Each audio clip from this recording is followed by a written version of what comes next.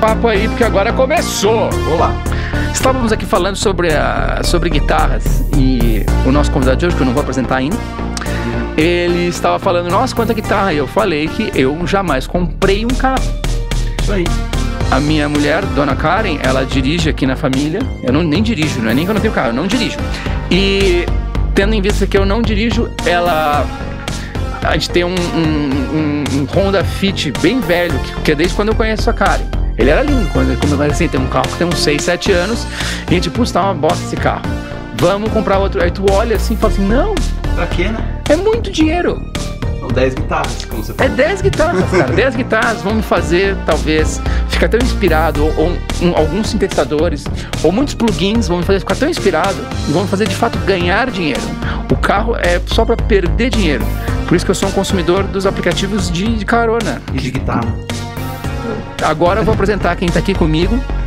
É ele, vencedor de 2 prêmios Nobel, que agora qualquer pessoa pode ser vencedora de prêmio Nobel. Que ninguém sabe o que é prêmio ESSO mais, né? É, porque o prêmio ESSO ninguém mais sabe, mas sim, ele é jornalista, formado na PUC. Ele se chama Pablo Miyazawa.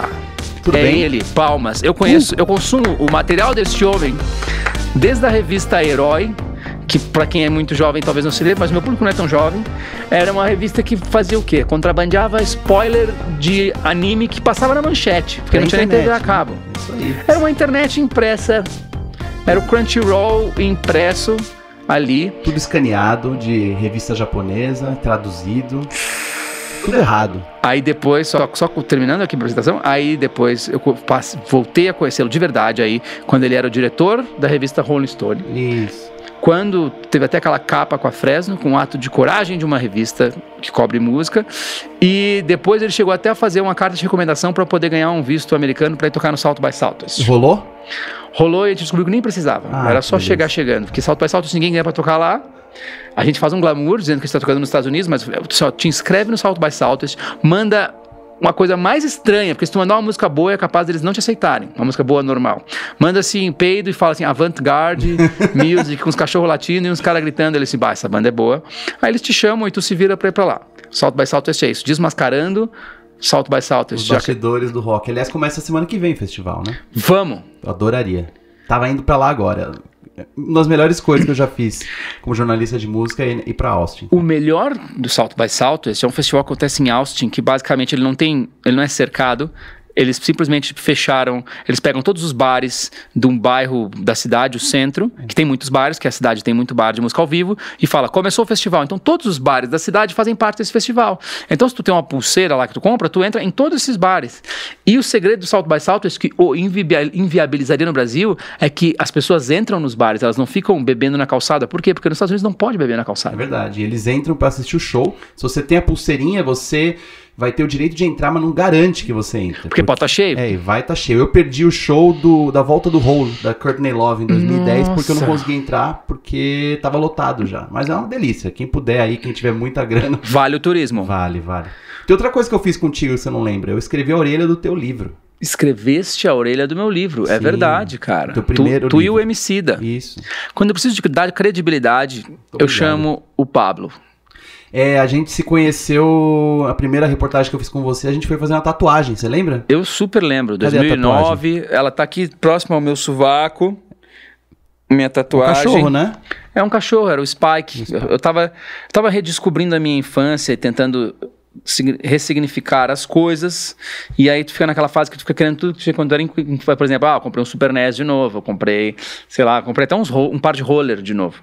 Então assim, tu fica numa fase que seria a meia-idade do jovem, que é 30 anos. Quando tu começa a ter dinheiro pra comprar as coisas, assim. Você tá com quantos anos agora? 35. Ah, então, é uma ótima meia-idade também. Eu posso entrar ao vivo? Tu se importa? Tu tá fugindo de alguém? Não. Então, estamos ao vivo, só que agora eu vou ter que enquadrar tudo aqui, mas é verdade, cara, a gente se conheceu de fato fazendo essa matéria, que eu me lembro que tu queria traçar um perfil, porque tu tinha, sei lá, visto alguma coisa ali naquele jovem. E era em você, era o seu perfil e não exatamente da banda, né? Sim. Mas eu me lembro quando eu tive a reunião que eu propus a pauta. Eu nunca te contei isso. Ah, deve ter uns caras, tipo, como assim? Vamos fazer uma assim, pauta ó, com... A gente tem que prestar atenção no Lucas, o Lucas Silveira. Olha esse cara, olha o que ele já fez, olha o que ele tá fazendo. Esse cara é diferente, não tem ninguém parecido com ele. Tinha uma lista de argumentação ali.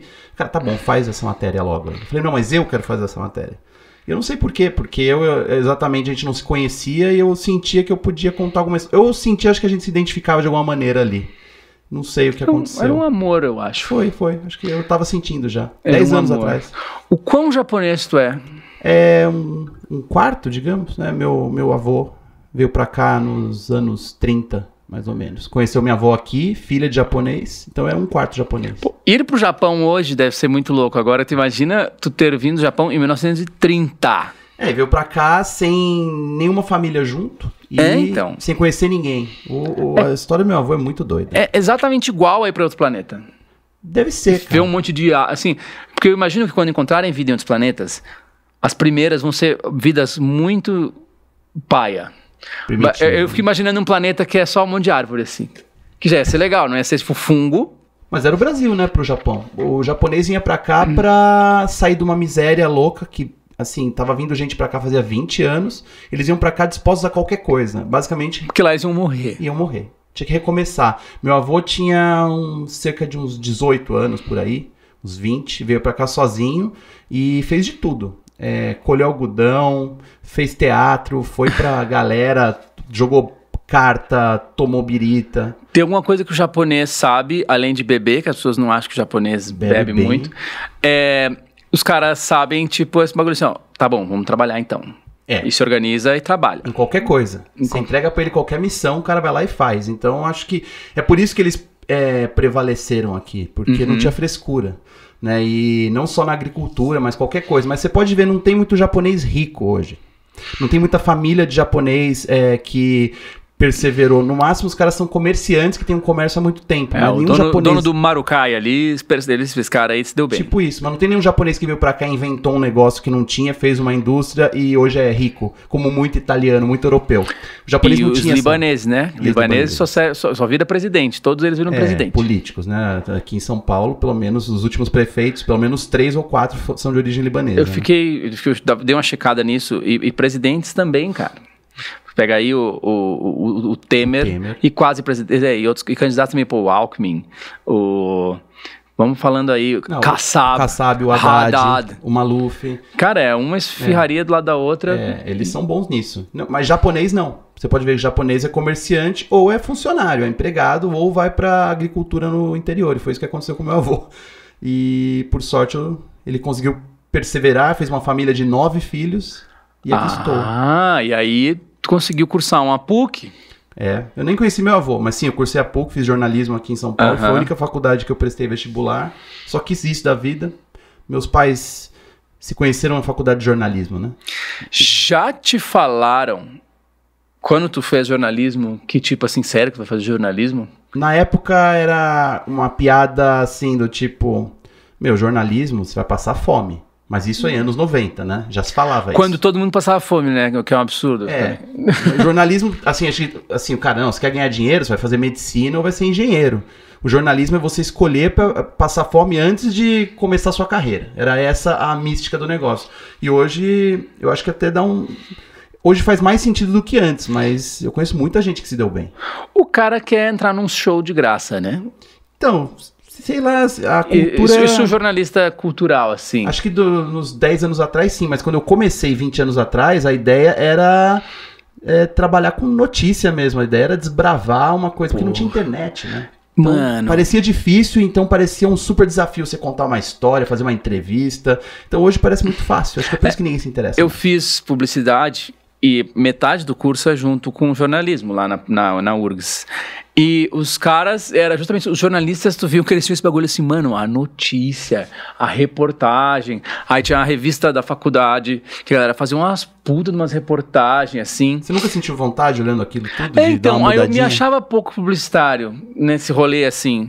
Mas, ao mesmo tempo, meus colegas jornalistas eram muito sérios, assim. E eu era meio... Eu queria, na verdade, na publicidade, eu queria ser mas eu acho que é tudo culpa do meu irmão mais velho, nem o mais velho de todos. O tio I, ele é o cara que meio que formou assim, o que a gente vai gostar. Mas o Bruno, que era meu irmão do meio, ele era assim, eu quero ser o Bruno, eu queria fazer tudo que ele fazia. Aí ele virou publicitário. Só que ele virou publicitário porque ele gostava de desenhar também, virou publicitário, ele viu tipo assim, putz, eu vou morrer se eu ficar aqui. E aí eu também, por causa do Bruno, assim, não, então você é publicitário também. Eu me lembro que eu me espelhava muito no Bruno, assim. Aí quando eu encontrei a música, foi a primeira coisa que eu encontrei, que não foi por causa dos meus irmãos, assim, porque o Bruno, ele arranha uns instrumentos, o Tio também toca alguma coisa, mas não virou músico, assim. Aquilo ali foi um bagulho que eu falei assim, nossa, isso aqui é que eu gosto. Mas veio de você, de seus amigos, ninguém da família, né? Não, foi um bagulho do colégio. Aí, por causa disso, espelhando-se, aí eu fui ver que minha família era muito musical e que isso não era normal nas famílias das outras pessoas.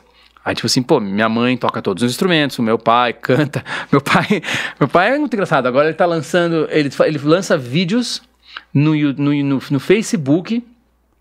Só que antes ele não era vídeo, antes ele virava o celular pro chão, assim, pra ficar só um preto, porque ele não sabia como lançar um áudio no Facebook. Aí ele gravava um vídeo preto dele cantando no karaokê que ele tem na casa dele, que é no bar que ele tem na casa dele, lá em Mostardas.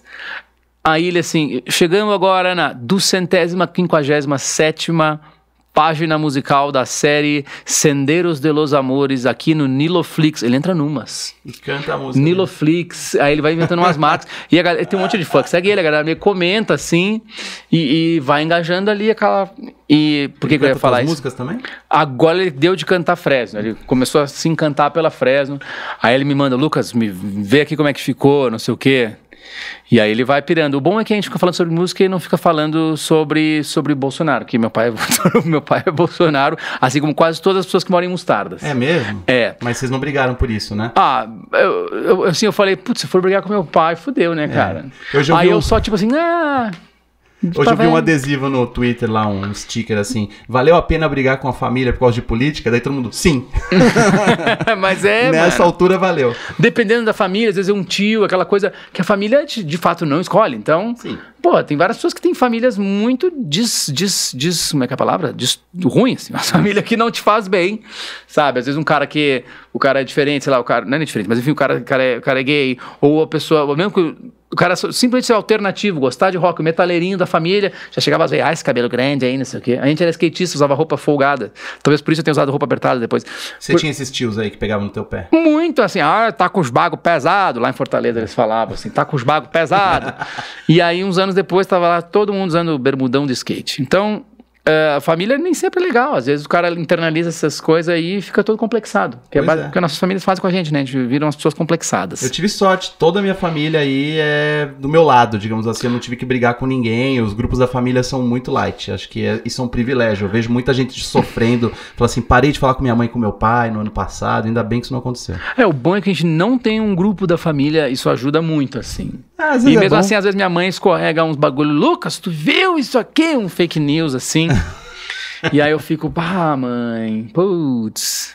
E aí eu explico pra ela, meu irmão explica, mãe, isso é mentira, não tem como isso ser verdade. Ela, não, mas chegou aqui, quem mandou foi o padre. Minha mãe é super da igreja, assim. Nossa. Muito bom, cara. Acontece todo mundo. Tá, aí tu fundaste a revista Herói. Não, eu entrei na fase final dela, quando ela já estava meio ela morrendo. já era velha antes, é que ficou famosa no auge ali dos Cavaleiros do Zodíaco. Ela surgiu em 95, tá. Eu entrei em 98, eu fui o último editor da revista, eu ajudei a matá-la. Entendi, Quando Dragon Ball era onda aqui, Pokémon e Cavaleiros já tinha morrido. Sim. Então muita gente me identifica com a fase de Cavaleiros, o que é ótimo pra mim, porque é crédito por algo que eu não fiz, né? A gente gosta às vezes. Quem tava lá na época dos Cavaleiros? Tinha uns caras, o Marcelo Del Greco, o Odair Braz Júnior, o André Forastieri, que foi meu primeiro chefe. O Forasta. O Forasta é o cara que inventou essa revista, né? Eu tava com ele há algum tempo atrás, falando sobre outras coisas, eu não sabia disso. Ele que viu o Cavaleiros do Zodíaco e falou, vamos fazer uma revista contigo pra criança curtir esse negócio como se fosse uma novela. Ele é o gênio atrás desse negócio. É muito... Herói, o nome é bom. O nome é ótimo. Eu queria ter lançado Herói hoje. Acho que hoje faria muito sentido uma Herói, mas não desse jeito, né? Não nesse formato. Mas... Seria um site? Pô, eu trabalho, eu não entro né? no site, eu não browseio mais nada, né? Se for pensar, há quanto tempo você é em casa ou não digita assim www. não sei o quê? Pô, eu deveria, viu? Tem umas coisas boas. Por exemplo, o site que eu trabalho, eu adoro Cinema, né? Junto com o IGN Brasil. São sites ali que tem um volume muito grande de gente visitando o site ainda, não apenas clicando nas notícias. Clicando nas notícias, que esse site, ele se ramifica pelas redes sociais, às vezes a gente fica só ali na rede social e não, tipo, entra no site. Ninguém mais entra assim, a grande maioria vai por notícia por meio de rede social ou por link, né? Mas ninguém entra lá no www, isso é verdade. O siteiro. Mas acho que é uma experiência que as pessoas estão perdendo, ainda tem muita coisa legal. Acho que o jornalista que trabalha em site, ele sempre imagina na cabeça dele que a pessoa está entrando no site. Ele esquece que o cara não tá indo do jeito que você queria. Então vai lá, a gente mexe na home ainda, como se fosse a capa da revista.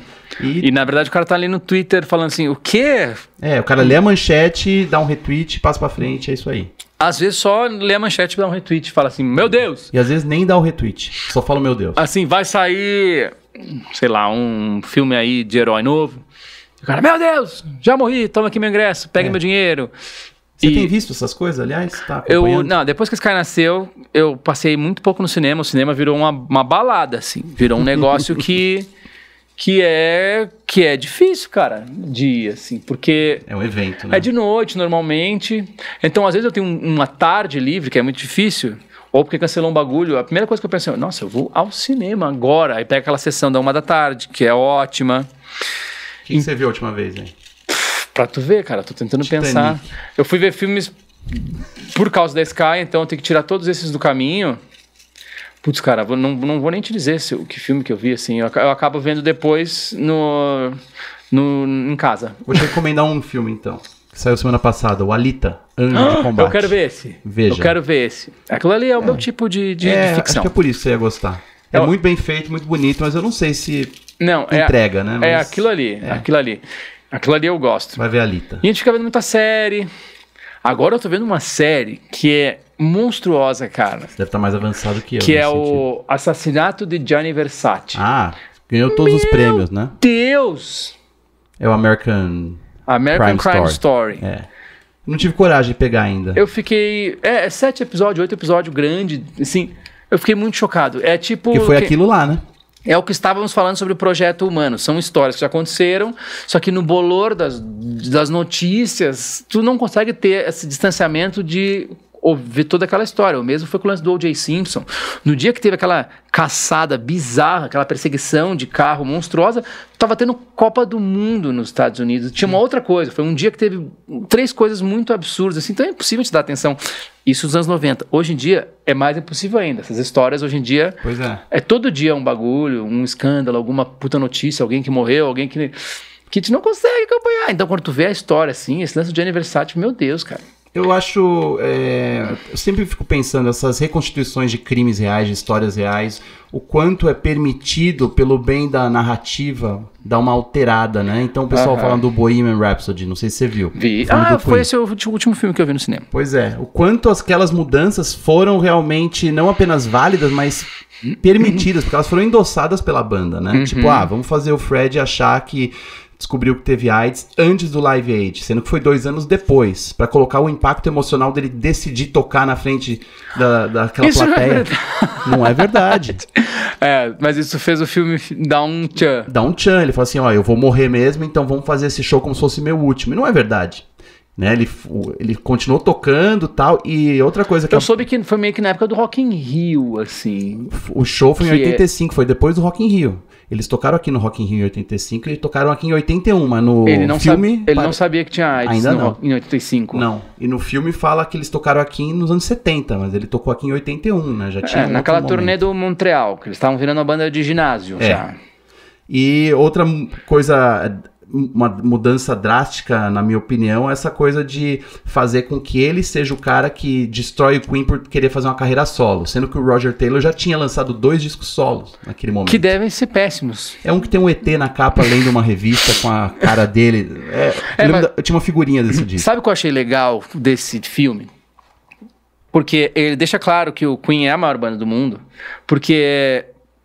Tem Beatles no meio desse bagulho, mas eu tô falando se fosse um super trunfo de pontos. O Beatles teve mais impacto cultural. Em pouco tempo. Em pouco tempo. 5 anos produção de banda, monstruosa de material.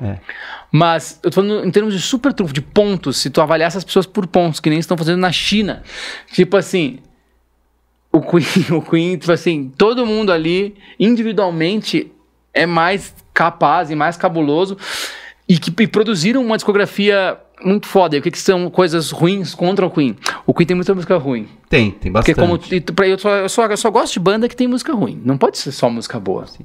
O Beatles, por exemplo, tem muito pouca música ruim. Isso é verdade. É muito pouca. E é difícil fazer uma ruim. coletânea dos Beatles, mas do Queen é fácil fazer um Greatest Hits, 20, volume 1, 2 e 3. É. Tem 50 músicas ali que todo mundo conhece. É. Os Beatles não, é um problema. Eu acho que o objetivo daquele filme, o principal foi assim, galera, vocês lembram do Queen, vocês acham foda, mas agora a gente só vai quantificar aqui o quão foda eram esses caras. Então, aquele sobe o som de 20 minutos no final do filme, é tipo assim, eu não lembro, sério que ainda tinha essa música. Aí entrava uma outra música, assim, We Are cortada, the Champions, viu? meu Deus, mais uma música. Eles têm um trecho a mais nesse show que eles filmaram, só que não tá no filme, que acho que é Crazy Little Thing Called Love, ou não lembro, acho que é, que eles gravaram também. O show teve 20 minutos, é aquilo lá, tá no YouTube inteirinho, né? Aquilo é muito monstro, cara. E vai fazer ele ganhar o Oscar de melhor ator, Rami Malek, por causa dessa cena, por causa dessa performance aí. Que ele virou o Fred ali.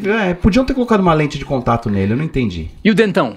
Dentão tá não legal. Tava demais? Não, aquele dentão é bom. Eu sabia que ele tinha uns dentão, mas assim, tava tipo uma boa caricatura do Fred Mercury. Ele tá um ótimo cosplay do Fred Mercury, mas eu vi o filme 2 vezes, na segunda vez você começa a achar que aquele era o Fred Mercury daquele jeito. Esse acho que é o poder da interpretação. Aquilo se torna o Fred Mercury pra muita gente, pra uma grande geração, ninguém viu o Fred falando. Você procura no pra YouTube, mim, o Queen, na minha geração, o Queen era a banda do quanto mais de alta, melhor. Pois o Queen era, na verdade, nem era o Queen, porque era o Mike Myers e o outro cara num carro balançando a cabeça. Pra mim, aquilo ali foi o Queen. E acho que pra muita gente da minha geração também, mas ainda tinha os resquícios da apresentação do Queen no Rock in Rio e no Rio em 81. Essa coisa do Fred Mercury ser um cara de bigodão e regata é muito foda, né? Que todo mundo sabia que era gay, mas não se falava. É engraçado, a gente acha que era consumado que ele era gay. Ele nunca foi assumido, enquanto vivo. Nunca ele falou sobre isso. Isso mostrou também no filme o fato dele ter tido uma mulher um tempão. Isso a gente não sabia, mas como não havia muito esse estigma. O Elton John, ele não era considerado gay até depois de fazer a trilha sonora do Rei Leão, por exemplo. Ele não era um artista gay como ele é hoje, né? Isso é uma coisa que a gente se esquece. Então, o Fred Mercury ali era um George Michael também não. George demorou Michael um tempão. só sumiu muito tempo porque depois. Foi pego num banheiro, nossa. Banheirão, né? Nossa, os anos 90 George, eram assim. Incrível. Mas então, tem uma entrevista incrível do Fred Mercury no Brasil pra Glória Maria. Você já assistiu isso no YouTube? Em que ela fala um monte de meias verdades sobre o Queen, daí ele vai lá e contraria ela, fala assim, não sei de onde você tirou isso, assim, falando coisas assim, porque o Queen é uma banda não sei o que e tal, e ele pegando e é demais, assistam aí, tem vários memes que é só ele rindo assim, olhando pra produção dele, assim, tipo, é tipo isso, essa entrevista constrangedora. Nossa, mas esse filme vai ganhar um monte de Oscar, que vai ser agora, domingo, né? Eu não acho que ele mereceria, mas eu não vi o outro filme, o Vice, então acho que é isso aí, vai ganhar. Tá, e tu ficou quantos anos lá na revista Rolling Stone? Eu fiquei do número 1 ao número 90 e pouco. Foram 8 anos, praticamente. 7 anos e 10 meses. Eu fui editor-chefe por metade disso. Eu era editor antes. Daí o Quinho, o Ricardo Cruz, diferente de Rodrigo, vai me matar. Ricardo Cruz saiu da Rolling Stone e foi pra revista GQ. E daí eu assumi o lugar dele em 2010. E, aliás, a primeira capa da minha gestão foi a tua capa. O cara já chegou. Chegou grande. E muita gente ainda fala assim dessa ousadia. Eu cheguei chegando. Claro, tem gente que fala até hoje. A revista cobre. A gente não tinha dado uma banda de rock antes de vocês, né? Brasileira. Antes tinha sido a NX0 3 anos antes. Foi isso. E só. Só vocês dois até aquela edição 50, né? Em 51. Acho que ficou bem emblemática. Foi Wagner Moura, na anterior, daí vocês. Edição de dezembro de 2010, eu nunca esqueço. Foi bem legal e acho que é meio emblemático, assim, simbólico, você tá chutando a capa, né? Na capa você tá, sua bota, assim, o Rui Mendes fez essa foto. Foi foda isso. No fundo eu tava também fazendo um statement pessoal meu, assim, chutando a porta. E não que eu fosse mudar muita coisa, mas é assim, eu preciso me impor, porque é um cargo muito complicado e eu me sentia como incapaz de fazer, assim, tipo, eu acabei de entrar no negócio, vocês querem me colocar pra chefiar? O brasileiro também tem um problema com cultura pop, assim, principalmente essa coisa música. As pessoas se apegam ao que elas conheceram na adolescência delas. E aí as pessoas acham que só aquilo é massa. Sim. E, tipo, elas se esquecem, elas não conseguem pensar que elas não são apaixonadas por aquilo, elas são apaixonadas pela adolescência dela, pelas vivências que eles tiveram, então só aquilo é profundo, porque hoje tu fica pagando boleto e tu não consegue se aprofundar mais na música de ninguém. Aí quando rolava, aí eu vejo que nos Estados Unidos isso já evoluiu um pouco essa conversa, então tu vê uma Guitar Hero, uma revista tipo Guitar Player, ela cobre as bandas que tem gente tocando guitarra hoje, seja qual for. Sim. Quem mais vendeu guitarra nos Estados Unidos foi a Taylor Swift, cara. Ela não foi capa da Guitar World ainda, mas sim, realmente eles não estão preocupados só em agradar os velhões que já compravam, eles têm que se manter atualizados ali. Tipo, e na Rolling Stone é a mesma coisa, assim. Aí os caras ficam falando chocados que a Ariana Grande é headliner do Coachella, eu falei, deixa. É o que é, né? É o que tá rolando, é o que as pessoas estão ouvindo e, tipo assim, os caras não fazem isso, tipo assim, vamos ajudar ela. Não, meu, assim, ó, essa pessoa tá vendendo ingresso. E aí eu percebo, assim, que aqui na Rolling Stone as pessoas ainda tinham essa coisa que é um bagulho... Um resquício, assim, do consumidor de crítica musical da época de showbiz. Que é tipo assim, como assim vocês estão dando... Você ouviu muita crítica na época? Por isso? Encheção de saco? Eu não fui muito atrás, mas com certeza teve. Eu me lembro que eu cheguei a ser impactado por algumas coisas. Que era tipo assim, como assim? Mas sua revista Rolling Stone, vocês já tiveram os Beatles na capa, sei lá, deve ter tido. E tipo... E como vocês põem esses caras aí? Eu achei, na verdade, hoje eu tenho mais orgulho disso do que na época eu tive, sabe? Eu tive um pouco de receio do backlash, digamos assim, mas não teve. Isso foi mais interessante. A gente deu a capa do NX0 em 2008 e as pessoas mais reclamavam porque eles estavam nus na capa, peladões. Um absurdo. E as pessoas, eu recebi muita carta, foi uma dezena de cartas ou e-mail de gente falando assim, estou com vergonha de ler essa revista no metrô, e a culpa é de vocês, vão achar que eu sou gay porque eu tô lendo uma revista com homens pelados na capa, e não é mentira. E a gente dava risada, assim, mas puta, tipo, jovens lindos, maiores de idade. Não, tipo, absurdo, né? Então a gente começou a perceber que esse tipo de gente vai ter em qualquer situação, vão encher o saco. E com vocês, não encheram. Isso foi legal. Foi muito mais validado vocês estarem na capa do que quando o NX0 foi capa. Eu acho que foram 2 anos ali bem importantes pro rock no Brasil. A gente apareceu pelado no Cacete Planeta, né? Ah, sim. Mas aí acho que você escolheu bem a plataforma pra ficar... Foi um absurdo, cara. A gente fazia muita TV na época. Tinha uma pessoa que ficava agendando TV loucamente e aí rolava coisas legais e coisas horríveis. Aí era tipo assim, pô, vocês vão fazer o Cacete Planeta. Eu, nossa, cara, minha mãe vai pirar, né? Só que a gente nunca sabia sobre o que ia acontecer. Aí chegava lá... Então, vai ser assim, ó, é o Fresno nu, vocês vão ficar pelados. E a gente vai fazer uma paródia de vocês com uma legenda embaixo, dar uma música famosa de vocês vão estar pelados. E aquilo ali, nossa, eu fiquei tipo muito... Porque tinha muito mais. Eu tinha muita vergonha do meu corpo, assim. Eu tive um problema, assim, de anorexia. Isso não foi...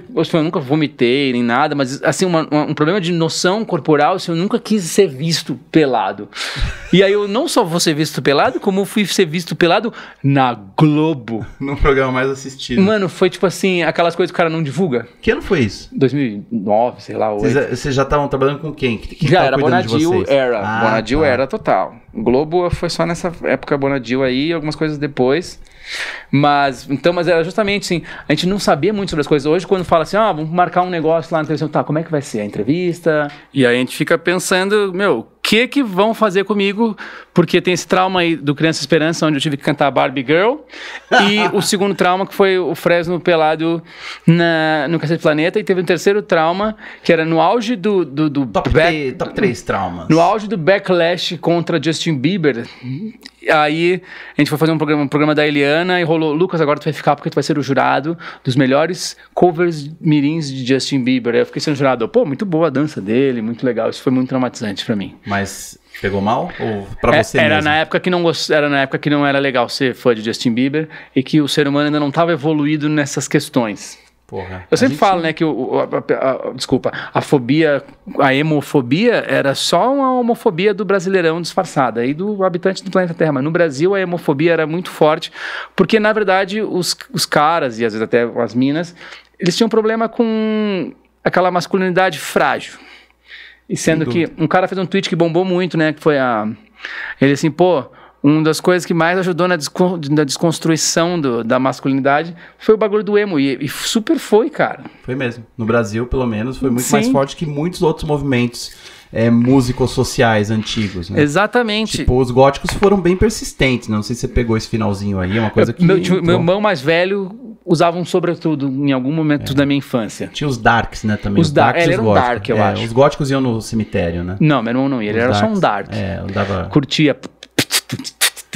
Aquelas músicas que são assim, tipo, o que seria? É isso aí. Anos 80. Joy Division, uns bagulho assim, e um sobretudo. Quase e um New Order, um Echo and the Bunnymen, né? Isso, Echo and the Bunnymen, que é uma banda que mais faz show em Porto Alegre. Ainda? Muito show. Sempre tem um cartaz lá, Echo and the Bunnymen. Deve ser o mesmo cartaz, né? Mano, é impressionante, os caras fazem muito show em Porto Alegre. No Oriente, né? No Ocidente. Por que eu falo Oriente sempre que eu vou pra lá? Porque tu é japonês, cara. Deve ser isso. Eu gosto muito lá de Porto Alegre, viu? A última vez que eu fui pra lá, eu tava com o Ferla, Marcelo Ferla. O grande jornalista. Então, ele me apresentou para todos os gaúchos ilustres possíveis, assim. Eu encontrei o Peninha, né? Eduardo sim. Bueno. Eu encontrei o Nico, falecido Nico. Putz, sim. Nico Nikolaevski, do Tangos e Tragédias. Acho que até o Miranda eu encontrei lá também. Mas aí tu tem que ver, né, cara? Aliás, semana que vem vai fazer um ano já. Sério? Foi dia 22, né? De março. Faz um ano que se foi. Não, um mês, desculpa. Carlos Eduardo Miranda. Foda. Foi o cara que pra mim definiu o que é um produtor musical, assim. Que é aquela coisa, o cara não efetivamente mexia em nenhum botão da mesa, né? Ele produzia, ele tipo tinha, aí tem vários tipos de produtores. Tem o cara que é girador de botão, que meio que tirador de som. E o Miranda não, ele era o cara que fazia o que na moda eles chamam que é o visage, que aí ele vê assim, não, vocês têm que ser um bagulho meio assim, pá, não sei o quê. Dirigia de fato, ele visualizava a carreira da pessoa e como ia ser aquele disco. Trabalhou com ele, não? Somente no estúdio Coca-Cola. Ah, tá. Ou seja, só fez uma coisa com a gente e foi o bagulho pelo qual a gente... Nossa, as pessoas param na rua até hoje, faz 10 anos. E todas as pessoas falam como se fizesse 2 anos só que teve isso. É o lance com... Chitãozinho e Chororó. Acho que foi realmente um breakthrough de vocês. Foi muito foda. Foi ousado, corajoso pra caralho. Mas nem foi a gente, foi os publicitários que inventaram. Ou seja, publicitários... Você abraçou a ideia, né? Quando o publicitário quer, ele manda bem. É que hoje em dia eles vêm com umas coisas assim, vamos fazer um bagulho bem viral, que vai ser assim. Eu falo, cara, não vai dar certo. Mas às vezes os caras inventam uns bagulhos tipo esse lance da fusão, que foi muito massa, cara. Promoveu, assim, o Brasil cresceu culturalmente por causa daquilo. Eu diria que sim. Dá pra dizer que sim. Cada vez mais a gente vai perceber que certas coisas que na época a gente não dava valor, as coisas viraram a chavinha aí. Eu gosto de perceber isso, né? Por exemplo, você lembra quando... Você devia estar na escola, quando rolou o 11 de setembro de 2001. Eu já tava na facu... Então, na escola, facu. Mas você lembra de imaginar que aquilo lá poderia estar definindo tudo dali em diante? Putz, é que eu vivo nesse mundo de ficção, onde eu acho que quase sempre tá rolando isso, assim. Teve uma vez que faltou luz por muito tempo aqui em casa e eu falei, pronto, acabou. Foi aquele apagão famoso que... Faz uns 3 anos aqui em São Paulo. Essa casa já existia. Foi foda. E eu falei, pronto, acabou. Tu via pessoas na rua andando desorientadas, assim, eu falei, pronto, acabou. 2013, com as grandes manifestações, também rolou pronto, acabou. É daqui pra queda da Bastilha. A gente fica esperando esse grande momento acontecer, porque você quer fazer parte deles, né? E acho que o 2001, todo mundo tem uma história pra contar sobre aquilo, né? Tipo quando os ETs vierem em algum momento. Gostaria que fosse nesse século. Acho que vai ser, sim. Se é que já não eles aqui, não né? vieram, eles não precisam nem vir, assim, mas só assim, então, a gente achou um bagulho aqui. Só que hoje com a internet vai ser muito difícil a galera, assim, mesmo assim as pessoas falam assim, mentira.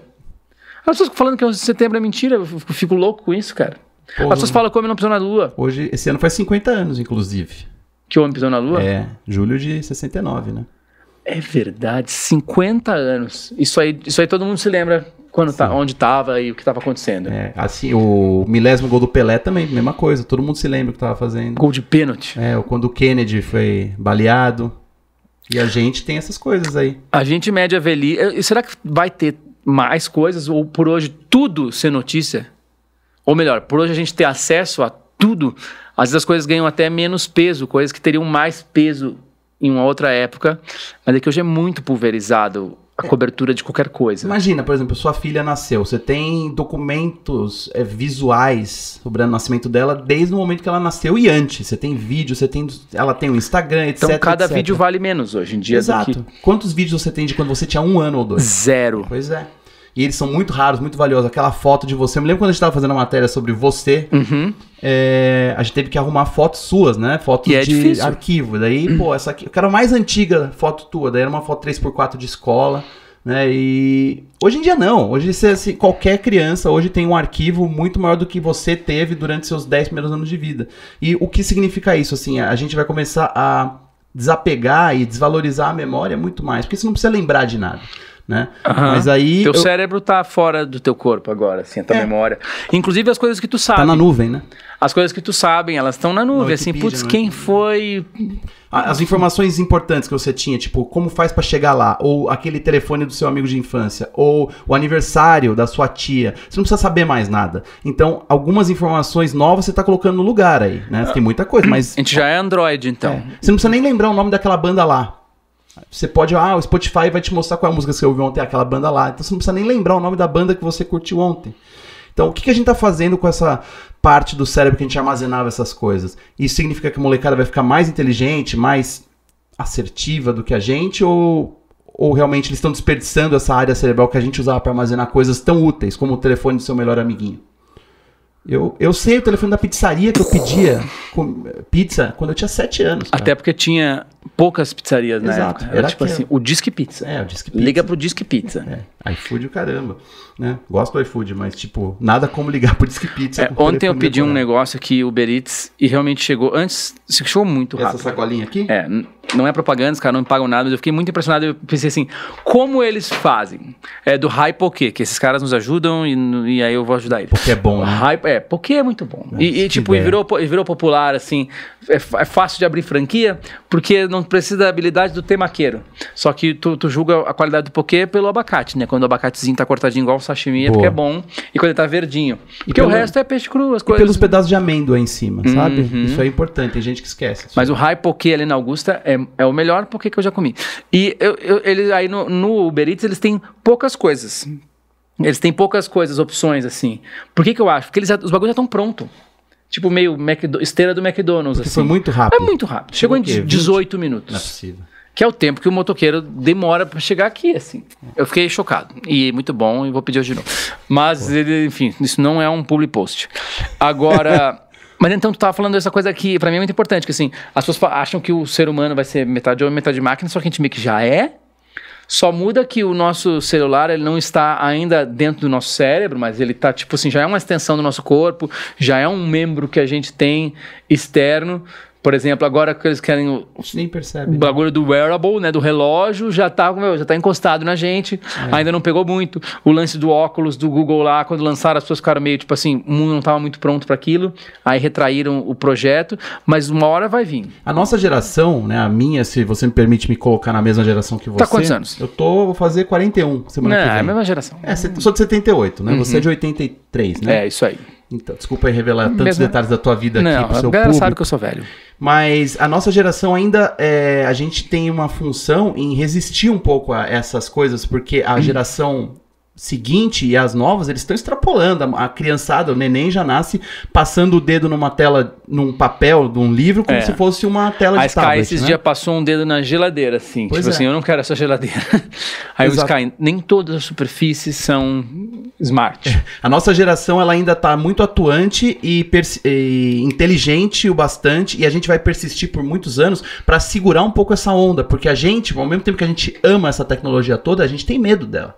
A gente gosta de lembrar de coisas de cabeça, a gente gosta de uma foto de papel, né? Eu não sei se você ouviu uma teoria de que daqui a uns anos vai haver uma virada, uma espécie de um bug do milênio digital, em que muitas dos formatos que a gente hoje consegue enxergar, os JPEG, os GIF da vida, eles vão parar de ser lidos, porque assim, vai um dia ter um bug que tudo vai se perder. O que vai se perder? Todas essas coisas que a gente consegue ver hoje normal, vídeos, MPEG, não sei o quê. Pra tu ter uma ideia, se tu exporta uma foto do iPhone pro computador, ela já vem num formato chamado RAIC, meio que o computador não abre.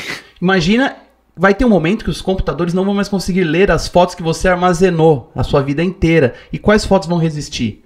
Vão resistir as fotos de papel, os vídeos em VHS que a sua família tem do seu aniversário de 7 anos e todas aquelas coisas hoje analógicas, você fala, puta, o que eu vou fazer com isso que tá mofando na minha estante? Então, assim, por isso que eu sou um ferrenho conservador de coisas. Eu tenho uma coleção de 5.000 CDs, eu tenho filme pra caramba. CD. DVD. CD não some também com o tempo? Dá uma sumida, parece. Começa a mofar e tudo mais. Mas, o vinil é que é foda. Eu tô comprando tudo em vinil de novo. O vinil tu lava na pia.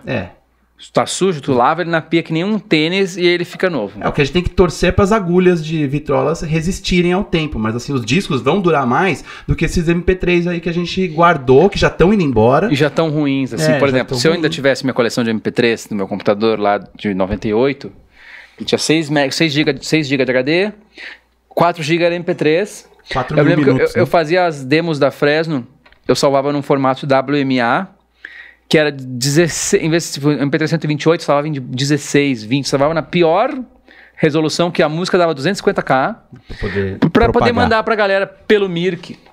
E tipo... Mas enfim, mas essa coleção de MP3 que eu tinha na época, que era MP3 128, que na época era qualidade boa de MP3, hoje é um lixo.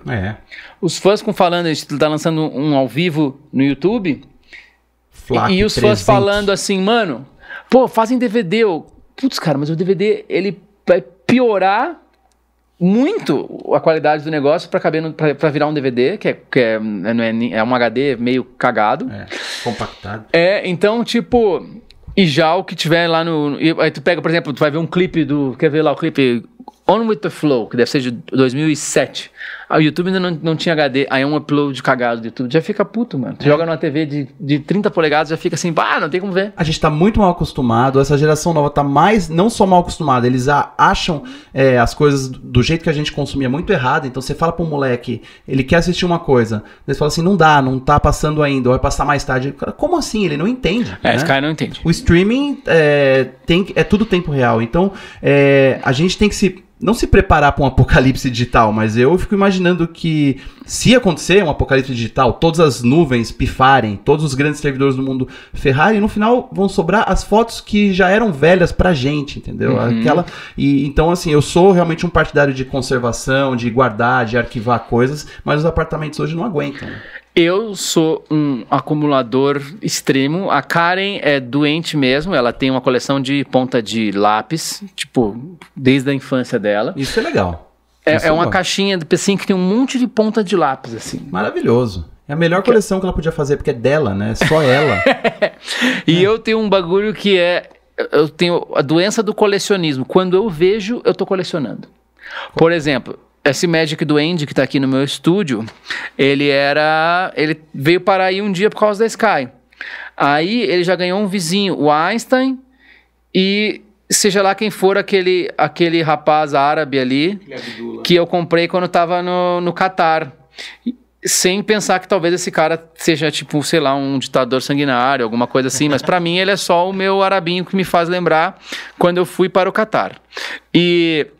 A gente trabalha com estúdio, então a gente também é super comprador de coisas, mas para um cara que gravou, tipo, você estava gravando Capital Inicial agora, por Dinheiro Preto, ele assim, mas cadê os periféricos? Cadê o rolo? Cadê?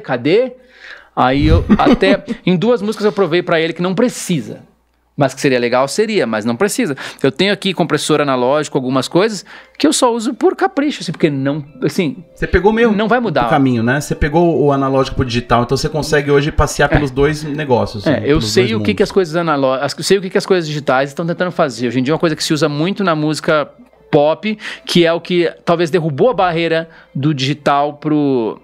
assim, da música digital para a música analógica. O que derrubou essa barreira, o que fez com que as pessoas, os chatos, não conseguissem mais falar mal, é o simulador de fita.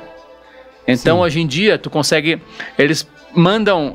Os caras, na verdade, é a modelagem de som, né? Que é tipo... Eles mandam um sinal que é controlado, tipo um ruído rosa, através de um aparelho. Aí eles vê como esse ruído rosa aparece na saída desse aparelho. Aí eles... Por algoritmos e tecnologias, eles fazem, beleza, esse aparelho faz isso com esse meu ruído. Aí eles fazem como se fosse o molde disso, e eles conseguem moldar qualquer som. Hoje em dia, é assim que tu simula a guitarra, é assim que tu simula tudo. Hoje em dia existem simuladores de fita, mas que fita? E girando em qual velocidade? Porque eles sabem, hoje em dia tem tudo. E tudo isso numa resolução muito forte, muito maior do que a resolução da música que a gente escuta no CD, por exemplo. É muito animal. A isso sei lá, é um credo que delícia, sabe? Porque é incrível, mas ao mesmo tempo é assustador, né? E tanto que hoje em dia tu quer trazer conforto pra uma pessoa, tu entra naquela playlist Lo-Fi Beats. Todas as músicas têm barulho de vinil, todas as músicas têm sujeira, precisa botar sujeira porque fica muito limpo. e tu fica assim muito exposto e fica ruim, porque o hi-fi ele chega a ser ruim, porque ele mostra as imperfeições na tua cara, assim. Não tem ar mais, o cara canta perto, a guitarra foi gravada perto, a bateria tá tudo lá, não tem aquele bagulho que tu ouve quando tu está num estúdio com uma banda ou quando tu vai num show, numa casa no Ocidente, aquela experiência do som. É tudo muito perfeito, assim. Então, quando tu, por anos, tentou se gravar perfeito, e quando gravaram perfeito, falou, nossa, isso é uma bosta. Vamos, tipo assim, sabia que a primeira gravação 100% digital Pro Tools foi Living La Vida Louca, né? É mesmo? Ela é 100% dentro do Pro Tools, não passou por fita, não passou por nada. Vai dizer que aquilo é ruim, aquilo ali é massa. É, incrível. Não percebe mais. Eu lembro que eu gostava dessa música. Primeiro ensaio da Fresno, tinha meio que saído essa música, aí eu gostava muito. Ricky Martin. O último menudo da fase clássica, né? E outra, é do meu tempo. Ele está na série do Versace. Assim. Ele faz o namorado do Versace. E eu demorei 2 capítulos pra acreditar que era o Ricky Martin. Por quê? Tá Porque velho? eu tenho na minha cabeça um Ricky Martin de 30 anos, e ele tá com 50 e sei lá quantos. E mais isso, porque assim, ele tava, nos primeiros capítulos, ele tá destruído pela morte do Gianni Versace como um ator foda, assim. Ah, isso é bom. E é isso, mano. Era o Ricky Martin. Eu fui lá assim, é o Ricky Martin mesmo? E era. Isso é demais, né? Esse é um artista que conseguiu atravessar as eras, assim, sempre fazendo o melhor possível, né? Ele entrou como último integrante da formação clássica do Menudo, se é que isso existe, né? Eu consigo lembrar pra você aqui os integrantes. Menudo eu não peguei. Então, era Ricky, Robbie, Charlie, Roy... E o Rick, que era o novo, que entrou... Porque sempre substituíam o mais velho. O Rick entrou aqui com 13 anos. Ele era uma criancinha. Eu acho que ele veio pra cá na grande turnê do Menudo, de 85 aqui. Menudo era um troço, assim, absurdo. Pegava menina pobre, menina rica, todo tipo de coisa. Vez que outra surge uma coisa assim, né? No mundo mexicano da vida. Foi acho que um dos primeiros lampejos de coisas mexicanas no Brasil. O Rebelde foi isso também. Foi pós isso. No Brasil, meu Deus do céu. Eu fui uma vez numa balada de rico... E tinha uma criançada na frente, porque existia a chance de algum dos rebeldes estar fazendo after party lá. Era tipo assim, 5:30 da manhã. E tinha umas crianças com a mãe pra pegar o tal do rebelde saindo do bagulho. E aí o que elas conseguiram? A coisa mais próxima de um RBD que estava lá, que era eu, e puta, foi horrível. Eu já tava loucão. Você se fingiu de rebelde? Não. Elas disseram, o cara da Fresno tá ali. Então, tudo bem. Então vai você mesmo. Foi super vai você mesmo. E eu falei, vocês são loucos, vão pra casa, gente. Vocês não sabem o valor que tem dormir, tá louco. Mas, a gente tava falando sobre coisas assim que era, na verdade, era o tema que eu ia falar no podcast, só que ele já tá há 46 minutos. Qual era o tema mesmo? Não tinha tema. Porque tanto que depois eu vejo o tema depois que a gente grava, assim. Mas uma coisa que eu queria falar, que assim, agora, o teu momento presente, pós Revista Herói, pós Rolling Stone, pós tudo que tu já fez, tu tá trabalhando no Adoro Cinema. Isso.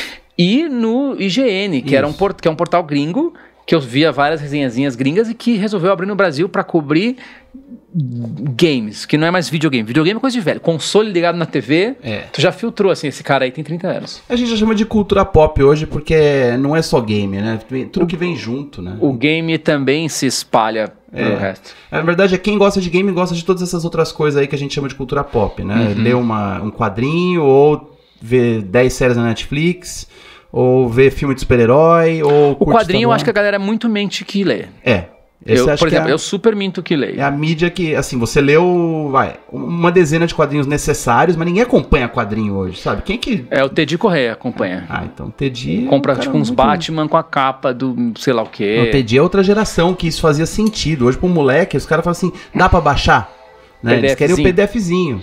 Eu sempre que a molecada vem falar pra mim essas coisas, eu falo, ajuda o artista. Compra o negócio aí. Lógico, ninguém tem grana pra comprar nada hoje. Mas a Comic Con mostra o tamanho desse mercado, né? Sim. Porque eu fui assim, a Comic Con, quando tu vai lá, na daqui de São Paulo, pelo menos que eu fui, tipo, eu chegando lá, eu achei, isso aqui deve ser feito pelos caras do Rock in Rio, né? Pelos caras que fazem a Comic Con gringa. Aí tu vai lá ver os caras do Omelete. Sim. Que ainda é tipo um site. É um site. E os caras levam 1 milhão de pessoas pra ficar vendo, e assim, ativações fodas das séries e dos... Tipo assim, muito grande, muita economia. Não é tudo isso de gente, mas já é, em volume, a maior do mundo. A maior Comic Con do mundo. Eu sei que a Bandap, que é a empresa que faz o merchandise da Fresno, eles se ligaram que sim, a merchandise de banda é legal, mas sabe o que é mais legal? Merchandise de super-herói. Eles têm a DC Comics, né? E tipo assim, mano, eles fizeram um stand lá, E aí eles tinham uma meta de faturamento assim, absurda. Porque assim, e eles assim, vai faturar. E faturou. E tipo, porque, mano, a gurizada pira, gente do Brasil inteiro. A gente de São Paulo é meio blasé. Eu sou super blasé em relação a isso, porque tipo assim, tá, meu... Vamos tipo lá, salão né? do automóvel. Mais uma, né? Mais um evento. Primeira vez que eu fui no salão do automóvel aqui em São Paulo, eu fiquei chocado, assim, caralho, é Ferrari, não sei o quê. Mas aí hoje tu fala assim, tem uma rua aqui em São Paulo, chama Avenida Europa, é um salão do automóvel na rua e que, diferentemente do salão do automóvel, tu pode falar, faz uma cara de rico e tu pode entrar numa Ferrari ali, num carro massa. Que dentre as pessoas que não sabem dirigir e que não tem carteira, eu sou a pessoa que mais manja de carro, eu adoro carro. E tira foto na frente de carro também. Não. Você já encontrou aquele cara que é um símbolo de São Paulo, que fica naquele Puma amarelo? O cara do Puma amarelo. Você já tirou foto com ele? Não, mas eu já vi ele várias vezes na Faria Lima. Ele é tão, assim, ele é tão icônico quanto umas coisas tipo aquele super-herói de Curitiba, o Oil Man, sabe qual é?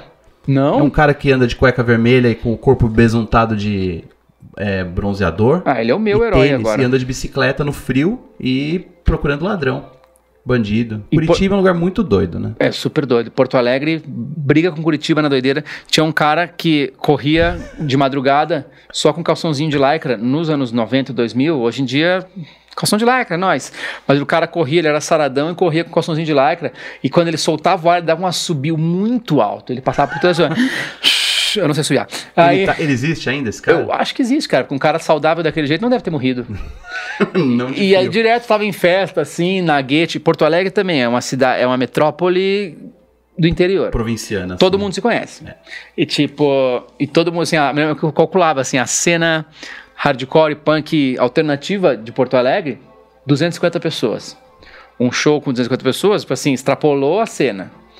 E então assim, tudo é muito louco. Então esse cara passava por todas as ruas que tava todas as pessoas, que é a Cidade Baixa, a Independência, a Guete ali, que é uma corrida ok de 10 km, assim.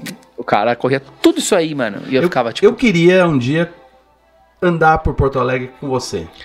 eu que tenho acontece? vários lugares. Eu queria saber como é que funciona andar com o Lucas em Porto Alegre. Eu me percebi agora no verão, eu dei rolês lá, eu me percebi bem menos famoso lá. Isso é bom. Já teve uma fase em que eu era tipo, eu e o Tavares falava muito isso assim, não, lá em Porto Alegre eu sou vereador. É tipo assim, porque todo mundo fala assim, não sei o que, não é nem tipo um assédio tipo, de gente correndo atrás, mas é tipo, não sei o que. Ainda tem isso, assim, o tiozão da venda, assim, legal. E rola um bagulho que é clássico do gaúcho em relação a Fresno, que é, nem curto tem som, nem curto teu som, nem acompanho, mas eu acho importante que vocês estão levando o nome do Rio Grande pro Brasil inteiro. Eu imaginava isso. Assim, dos Galderião, os caras da música nativista. Se orgulham, né? Estão levando o nome do Rio Grande. Desde Engenheiro da Havaí não tinha isso. Isso lá é verdade. Teve Engenheiros do Havaí, aquela febre, né? Engenheiros do Havaí, o Ninho de Nós, numa um pouco menor escala, o Cidadão Quem. E aí continuou rolando a cena, só que assim... E aí, né, ainda teve aí no subsolo disso, Vander. Também muito bombado. Vander, Cascaveletes, e aí TNT... Mas aquilo ali ficou. Aí depois teve a cena dos anos 90, ela era toda super hipster, super underground, que nunca viraria uma coisa nacional. E mesmo assim gerou Bideobaldi, Video Hits. E Bideobaldi, Video Hits. Que eram os publicitários Music. E aí tinha um monte de bandas boas de verdade, só que meio que não viraram bandas grandes. E aí quando eu entrei num grupo de e-mails que era Independentes Poa, foi conhecido toda essa galera. Tinha uma banda que chamava Winston, que eles gostavam tanto de Weezer, que eles tinham a banda Winston. Aí tinha Valverdes também, que a mídia gostava de falar bem, porque era boa. O que eu percebia é que era o pessoal do Sul, a molecada que curtia música no Sul, tava tão ligada em certos movimentos como o pessoal de São Paulo. Tinha uma conexão muito forte. Então, assim, por exemplo, bandas como Weezer e essas derivadas, assim, que eram coisas de gueto aqui em São Paulo, lá eram fortes, tinha ceninhas ali, né? E mais do que em outros lugares, Rio de Janeiro e BH. Qual foi a DM mais bombástica que tu já recebeu em termos de famoso? No Twitter?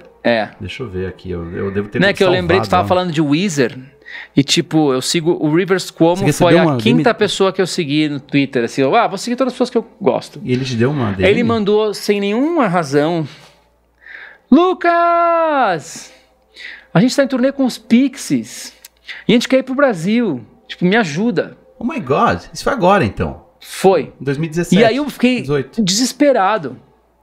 Aí eu falei com a galera do Queremos, que são meus amigos, agitei assim uma galera pra ver o que ia acontecer, e aí rolou uma conversa lá com o produtor, e o produtor falou assim, não, esse dinheiro aí não tem como trazer. Cara, vocês não vêm há 20 anos pro Brasil, mano. O Weezer A gente praticamente não sabe veio, né? qual vai ser o tamanho de vocês quando vocês vierem, então não dá pra vir aqui grandão. O Weezer praticamente não veio pra cá, se contar que eles só tocaram em Curitiba. Foi só um show em Curitiba. Só. É ridículo. Eu acho ridículo. Assim.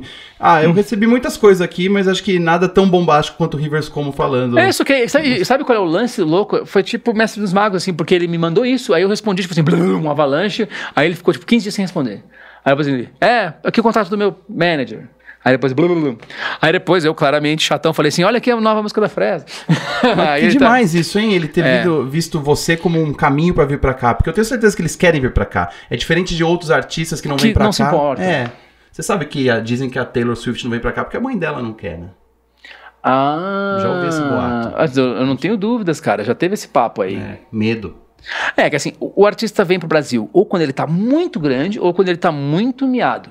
Mas quando ele tá muito grande, pra ele é mais grana ficar fazendo turnê, Europa, Estados Unidos, de preferência só Estados Unidos. Claro. Porque é menos custo e muito dinheiro. Dá muito trabalho. Então assim, a Europa é legal, quero dar uma bombada, mas normalmente o que acontece é o contrário. Por exemplo, umas bandas que... Tem bandas que às vezes até não bombam nos Estados Unidos, mas vivem de Europa, assim, porque a galera consome. Mas quando o cara vai, assim, a Ásia toda, e aí a América do Sul, é porque assim, ou ele tá, tipo, gigante, ou porque ele é, tipo assim, tipo, man at work, assim. Tá acabando, né? Mas e o Paul McCartney, né? Mas é um cara que gosta do Brasil, porque ele tem cultura, ele entende que o Brasil é massa. É verdade. E eu acho que se pá, aqui ele deve ganhar, às vezes, até mais do que ele ganha em outros lugares onde ele diz, o Paul ali. E o Red Hot no Rock in Rio? Mas é que Rock in Rio é... De novo, eles usaram, inclusive, a mesma foto pra divulgar 2017, 2019. É que o Rock in Rio é um bagulho que é tão grande, cara, assim, no Brasil, que vem gente do Brasil inteiro que, de fato, e eu já fui no Rock in Rio, nunca toquei, já fui como cobrir lá pro Multishow, já fui, tipo, de ver as bandas, não importa quem tá tocando. Isso é. Tu quer atravessar aqueles 2 km de gente, assim, e nunca é aglomeradão. Não é. É de boa. Eu vi dá o pra ir Bruce com a lá. Sky. Bruce Springsteen, você tava lá? 2013? Não estava. Foi um dos dias que eu não fui. Demais. Não, fui, mas eu não vi o show dele. Não tinha ninguém, metade já ia embora. Então, mas é que assim, sua bateria tá acabando. Não importa a banda que tá lá. E aí eles sabem disso. Isso é verdade. Né? Que a gente fica se considerando aí frequentador de show, a gente acha que os festivais são feitos pra gente e não são há muito tempo. O Rock in Rio não é feito pra gente.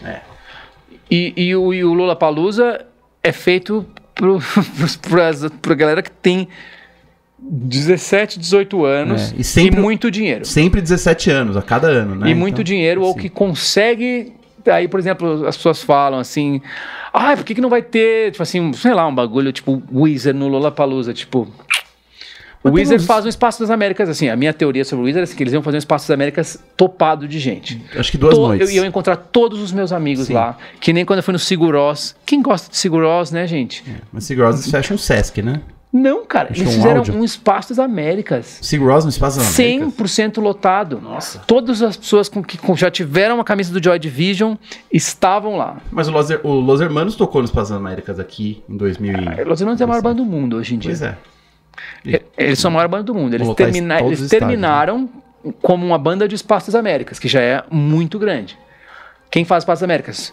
O Nat Roots, o Skank com muita vontade, o Capital Inicial. Assim, são pouquíssimas bandas que fazem e não faz sempre. Sim.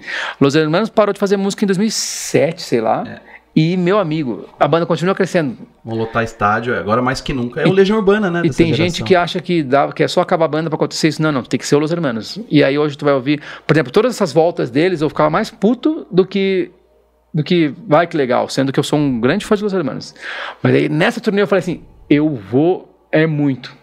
Porque o estádio é aqui do lado da minha casa. Não pode perder. E porque aí agora deu tempo de ter saudade. Talvez essa tinha que ter sido a volta deles e não as outras 8 voltas que eles deram. Você sabe tocar na Júlia?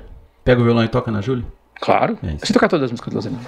Quer dizer, do Ventura pra frente eu não ouvi com todo o afinco. Então tem músicas que eu super não me lembro. Tem uns acordes assim. mais complicadinhos. E eu não me lembro muito. E tu também é músico, né? Eu toco. Como é que tá a tua banda?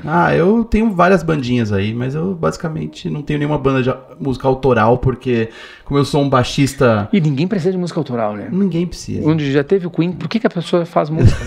Exatamente. Inclusive, saudade dos intérpretes. Quando pra tu fazer um disco, tu podia escolher entre todas as músicas do mundo pra fazer o melhor disco possível. É incrível esse Eu não consigo ter essa cabeça, assim. Mas o Weezer fez isso com esse último disco, né? Mandaram muito bem. Você gostou? Não, eu não ouvi. É um desperdício, viu? Mas fazer o quê? Mas eu fico pensando se tu pudesse... Um dia eu tenho uma lista assim, que se um dia eu fosse fazer o disco do Lucas Silveira com todo o repertório do mundo, aí tá lá. Mas tem tipo Frank Sinatra, umas coisas assim. Tem... mas tem coisas... Aí tipo tem a música Fera Ferida, que pra mim é a melhor música do mundo. Fera Ferida, no arranjo da Maria Bethânia, é a melhor música do mundo. Foda. Ouve hoje e tenta entender a bateria que o cara fez, não sei quem fez. Com aquelas orquestras de novela, meu amigo... Eu tava ouvindo Full Gas da Marina. O que eu baixo no final dessa música? O que eu baixo? Não só no final, Aquilo né? é muita droga, né? É o Liminha, né? É muita droga. Inteiro. Aquilo é a melhor linha de baixo do rock brasileiro, né? É muito difícil de tirar, de tocar aquele negócio e não é uma linha, aquilo ali ele tá viajando. Porque ele esquece o grave. Chega um momento que ele vai embora, né? Mais ou menos o que um Humberto, em menor escala, fazia em algumas músicas dos Engenheiros, que assim, eu sei que eu sou baixista, eu sei que eu tenho que segurar a banda, eu sei que eu tenho que segurar a banda, mas eu fui embora pros agudos. E dane-se. Eu respeito esses baixistas, eu gostaria de ser um baixista assim, às vezes. Muita autoridade. Mas não seguro, mas eu amo tocar. Tô tocando sempre. Eu poderia largar esse jornalismo todo aí. Porque tocar é massa. Viver fazendo aqui, ó, com seu estúdiozinho. Tocar é massa, mano. Uma delícia. E tocar um rock, assim, com banda. Porque eu produzo muito, eu tô sempre fazendo música. Várias vezes é uma coisa minha aqui com o programa na minha frente. Mas tocar, de fato, com uma galerinha, não importa o nível da jam, é sempre legal. Sempre. Que é um bagulho que tu exercita, que é o olharzinho assim. Agora aquela... E quando todo mundo se conhece um pouco assim, é muito louco. É uma doideira. E às vezes você não precisa nem conhecer a pessoa. Existe um negócio aí de músico que é aquela coisa. Nunca tocaram juntos e a música soa perfeita na primeira vez. Né? Não precisa ter tirado junto, não precisa ter feito um ensaio. Ensaiar é coisa de roqueiro. Porque o roqueiro nunca toca pra caralho, fora uns metaleiros. Então o cara tem que ensaiar assim pra não errar. Mas tu pega cara de jamzeiro, assim, não é nem aqueles caras que fica tocando funk, assim, funk, enfim. Mas tem a galera que é musicão, assim, os caras não ensaiam. Eu fiquei apavorado, pra mim, a maior banda de metal do Brasil é a banda do Thiaguinho. É a maior banda de metal. Foda. O batera, ele tá tocando no Sepultura o tempo inteiro, só que é o Thiaguinho na frente. E tudo, assim, é muito... ali são músicos muito fodas e muito ensaiados. Eu fico chocado. Porrada. Eu tenho vontade de chorar. Aliás, qual era a pauta mesmo? Aqui, não, tanto que já acabou o podcast. Isso aqui é só bônus. A galera pergunta, não vai ter pergunta? Não vai ter pergunta? Aonde consigo ouvir o podcast? Não, a gente só transmite. Mas você põe no Spotify depois? Sim. Isso aqui eu tô meio que dizendo para as pessoas que eu tô gravando. Sim. Inclusive, tchau, gente. Foi. 870 pessoas viram isso? Mas hoje foi muito ruim. Normalmente fica aquelas 100 pessoas. E quando tu passa de 100, tu vira um top live. Que aí ele vai pro search lá, e aí chegam os árabes. Eles chegam de paraquedas assim, e aí inflaciona muito a tua live. Caramba. Que agora, hora do almoço, quinta-feira de fevereiro. Estamos aí, né? Daqui a pouco vou trabalhar, daqui a pouco. Planos pra esse ano? Conquistar a Europa, Oceania, mais um continente de escolha. Tu já foi pro Japão? Não, é um plano pra esse ano. Eu nunca fui pro Japão. Como não? É sua cara. Eu sei. Foi feito é que eu acho que eu vou morrer quando eu for pra lá. Sim, nossa. Mas tá no plano? Não, 2020 a gente quer ir pras Olimpíadas. Aí sim. E ficar mais um tempo. Aí... tipo assim, eu quero ficar um mês no Japão, eu quero enjoar do Japão. Não vai dar. Eu quero comer todos os lamens que existem. Um bom plano. Eu tenho um problema com o Japão, porque a gente tem esse medo, a gente como é descendente e ainda mestiço... Tu tem medo de rolar um... Rola um preconceito mesmo. Os caras, o japonês clássico, eles são ressentidos com quem vai embora. Forma família. E daí, por que a família tá vindo aqui? Né? Então, assim, minha preocupação é ir lá procurar os Miyazawas em Niigata. E aí... Mas o que você quer com a gente aqui? Você quer a nossa herança? Foi bola. Mais ou menos isso. Então eu nunca fiquei tão encorajado. Então eu conheço muita gente que foi pro Japão e fala: você tem que ir pro Japão, é ridículo você não ter ido pro Japão. Eu falo: não, entenda a minha posição. Vamos lá só jogar uns fliperama. Tipo... comprar boneco e jogar fliperama. E pegar embalagem de coisa vazia do chão e guardar, porque é tudo lindo no E Japão. minha mãe não admitiria se eu fosse sem levá-la, então eu tenho que pensar em levar minha mãe junto. Uma logística. Tem que levar minha irmã junto, e aí vamos que vamos. Mas sim, Japão tá no plano, sim. Talvez, não sei 2020 por causa da grana, né? Porque a Olimpíada acho que vai encarecer tudo ali. Mas Que já é muito caro. já é tudo muito caro. É o dobro de qualquer lugar que você vai. Se você quer ir pra Europa, pense 2 vezes o custo do. Tu vai montar Japão. tu vai montar no Theme Park um parque no Japão, o lugar mais difícil de montar um Pois parque. é. Foi o jogo que eu mais eu me vicio agora. Eu vou puxar aquela trilha pra frente e não vai parecer que já acabou o podcast, entendeu? Tem um jogo que eu me viciei muito no 3DO, que era o Theme Park. Porque o 3DO tinha jogos muito aleatórios, tinha vários jogos que tinha no Play 1 e tinha no 3DO. E eu sou 3DOzista, porque quando rolou assim, chegou uma nova geração de videogames, você vai comprar o Saturno, o PlayStation ou o 3DO? Óbvio que vai ser o 3DO, ele é da Panasonic, mano, não tem como dar errado. Deve ter vendido o quê? Não, eu vendi pau a pau por um Super NES, só porque o cara era meu vizinho, que ele gostava de jogar Need for Speed 1, e ele se impressionava com o fato de ter vídeo nos jogos. É muito impressionante, realmente. Tipo, tinha uns vídeos assim, né? Uns cutscenes de vídeo que tomava metade do CD. FMV, Full Motion Video. Cara, era uma das características que fazia o 3DO ser E a gente achava coisa. que aquilo era o futuro do videogame, né? Jogar Dragon's Lair e jogar Mad Dog McCree. E o que aconteceu? Isso tinha no fliperama, né? Nos shopping centers. Lembrando. Fudido demais. O 3DO faliu e eu lembro que, como eu queria assumir que o PlayStation era o lugar pra ir, eu dei pau a pau por um Super NES, o meu 3DO. Levei ele com algumas fitas lá em Porto Alegre, lá no centro. Era tipo assim, tu ia no centro fazer business de videogame. Eu tinha 12 anos e eu ia era ok pegar um busão e ir pro centro com videogames na mochila. Levei lá o cara, tá, dá isso aqui mais 300, tu leva um PlayStation. Eu, mãe, pelo amor de Deus, não sei o que. E eu era meio xodó da minha mãe, xodozinho. E aí ela foi lá, comprou meu PlayStation. PlayStation 1. O PlayStation 2 eu já comprei com o meu próprio dinheiro, olha só que legal.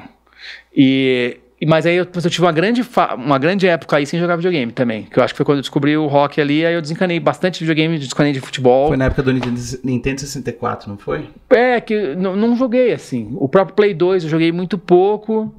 Aí eu lembro que a gente veio pra São Paulo em 2006 já. O meu Play 2 era tipo o FIFA da galera, assim. Mas aí, 2008, quando eu comecei a morar sozinho, eu falei, eu vou comprar todos os videogames de novo. Tudo isso começou porque uma fã me deu um Super NES perfeito, assim. Nossa! Você ainda tem ele? Tenho. Ela me deu um Super NES perfeito, assim, novinho, da época. Aí eu, nossa, imagina se esse videogame tivesse caixa. Aí eu fui no eBay. Super NES com caixa. Aí, tinha recém-enrolado um carregamento de Super Famicom em algum lugar, new in box. Intactos, não vendidos. Só que eram muitos. Então tava barato. $200 naquele dólar bom de 2010 ali. Dava tipo R$500. E aí vem pra mim. E aí eu comecei a entrar na noia. E a internet te fornece isso, assim. Tu tem muito dado. E eu, meu 3DO, né? Podia voltar o meu 3DO. Aí fui lá, 3DO. E tem que ser assim, novo na caixa. Não novo, mas assim, na caixa. Aí, putz, eu comecei assim, 3DO, Mega Drive, Sega CD, pra acoplar no meu Mega Drive, onde já se viu. Você tem um PC Engine? Agora eu tô indo pro... Aí, tipo assim, aí quando eu parei de comprar foi quando eu comecei a querer comprar coisas que era só pra ser tranqueira. Porque todos esses videogames, eles ficavam ligados na minha casa, quando eu morava na AP. Aí quando eu pensei em pegar, tipo assim, Jaguar e PC Engine e Amiga e da Philips lá que tinha. É muita coisa. Aí eu pensei assim, cara, isso aí é só pra botar numa caixa e guardar num container. E aí eu acho que eu parei. Porque o dólar também ficou meio caro. Mas você tem as coisas ainda, né? Dá pra fazer um museuzinho. O que valor... Então, um super museu. Foi por isso que rolou aquele bagulho do Gus Lanzetta, que vocês vão saber um dia. E aí o negócio... Mas foi aí que reacendeu a chama do videogame, assim. E aí que tá, eu não compro pra jogar, porque eu jogo tudo num Raspberry, que eu comprei, que é um computadorzinho, Raspberry Pi, que tem todos os jogos, cabe tudo. E ele é do tamanho de um celular. E tu liga na TV, ele é HDMI. O que eu ando jogando agora? Nenhum desses jogos velhos, porque os jogos velhos, eles não viciam tanto. É legal legal. Por exemplo, ano passado eu tive um pequeno vício de Mario, queria abrir 96 fases. Porque eu percebi que eu nunca tinha aberto quando era criança, as 96. Aí hoje em dia, com tutoriais e com a ajuda da internet, fui lá e abri. Só que pra jogar o Mario no emulador, ele tem meio frame de atraso. que transforma a função de jogar Mario num bagulho muito mais difícil. É só o cartucho que é zero latency. Eu não sabia disso. É A muito latência difícil. muda tanto que atrapalha os pulos. Por que o Mario é o maior jogo da história? É que ele é perfeito, ele tem a jogabilidade perfeita. Tu nunca vai morrer por culpa do videogame. Sim. Nunca vai morrer porque a fase foi mal projetada. Que tinha em muitos jogos, tipo um decap ataque, assim. Agora Esses o papo jogos da Sega eram descambou. uma porcaria, Agora né? o papo descambou, né? Mas o Mario é perfeito, então assim, tu sabe que qualquer erro, tu morreu, foi por culpa tua, é 100% tua. Ou seja, tu fica assim, não, eu vou ter que conseguir, eu não vou deixar esse jogo me vencer. Aí eu joguei muito Mario, mas agora eu tô jogando um jogo muito besta, mas que é muito bom, que é o Trackmania. Um jogo de carro. Sei.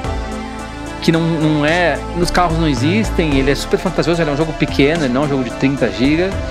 E ele tu não corre contra as pessoas, é um jogo de correr contra o tempo, que tem esse mesmo fator que tem no Mario, assim, ó. Se tu errou, é porque tu é um imbecil. E tu não pode ser imbecil, tu tem que ser perfeito. Então, assim, tu joga contra o fantasma da medalha de bronze, o fantasma da medalha de prata e da de ouro. Tu joga contra o fantasma, né? E o lance é time attack, é por tempo. E às vezes tu fica descobrindo. A jogabilidade dele é perfeita, então tu fica descobrindo umas besteirinhas que tu faz ali no freio que vão tipo. Mano, esse jogo é muito viciante. E por que ele é viciante? Porque ele tem um restart muito assim. Tu aperta no B, ele volta assim. Errei, pum. A mesma coisa que tem no Cuphead, que eu gosto de jogar com a Sky. A Sky fica assistindo e jogando um controle desligado. Isso é muita judiação, mas é que por enquanto pra ela não importa jogar. E aí, o Cuphead também tem isso, assim, retry.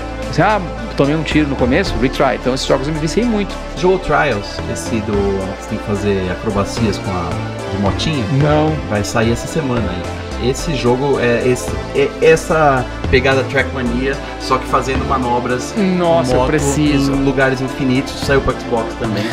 Não sei se você sabe, mas o meu primeiro emprego antes de trabalhar lá com a revista Herói, a revista da Nintendo, eu trabalhei na Nintendo no Brasil, né? Eu era Game Counselor. Eu ficava no telefone durante 6 horas por dia, pessoas como você ligavam pra saber como... Eu não consigo passar dessa fase. Não consigo abrir as 96 saídas do Mario, como faz? E a dica que eu mais dava era essa. O cara não conseguia da Floresta da Ilusão, da Chocolate Island, não conseguia na Star World, por que acontecia? Como é que sai da fase tubular?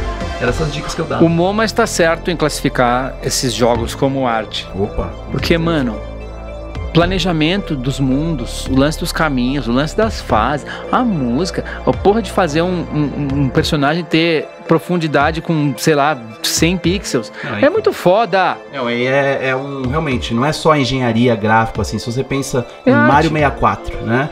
Toda a maneira como os mundos se interligam ali. A gente tá falando de um jogo de 23 anos atrás, cara. Aquilo lá definiu, não é só o primeiro jogo que você anda no ambiente 3D, mas olha todas as coisas que você tem que fazer e imagina o cara desenhando e pensando nisso. Porque hoje em dia tu pega um Unreal Engine, que é uma plataforma que se usa para fazer jogos, que tu pode fazer um jogo tipo um Minecraft da vida, não sei se é feito em Unreal, ou até o Witcher, mas é o mesmo lugar, assim, é um jeito de desenhar como se fosse um CAD de jogos. Antigamente não existia, tu tinha que fazer isso. Então um joguinho de Super NES que tu faz, ele era feito com linha de código, e aí tu renderizava e via. Tanto que uma coisa, eu cheguei no nível da Nerdice de falar assim, eu queria ter o computador que o cara usa para fazer o jogo de Super NES. Mas eu descobri que isso não existia, porque era um computador normal, com um programa lá que não abre mais. Aí eu, putz, que saco, que seria um Dev Kit, que é o bagulho mais caro que existe. Procura aí, Dev Kit de Super Nintendo ou de PlayStation. Aí tem uns videogame meio bizarro assim, meio mocado, que não era videogame ainda, que não tinha sido lançado. Tem raridades aí. A gente recebia muito jogo. Quando eu trabalhei na Nintendo, eu me lembro quando o cara que trabalhava comigo no marketing, ele falou assim, chegou uma coisa nova pra vocês verem, não lançou ainda, e era o cartucho do GoldenEye.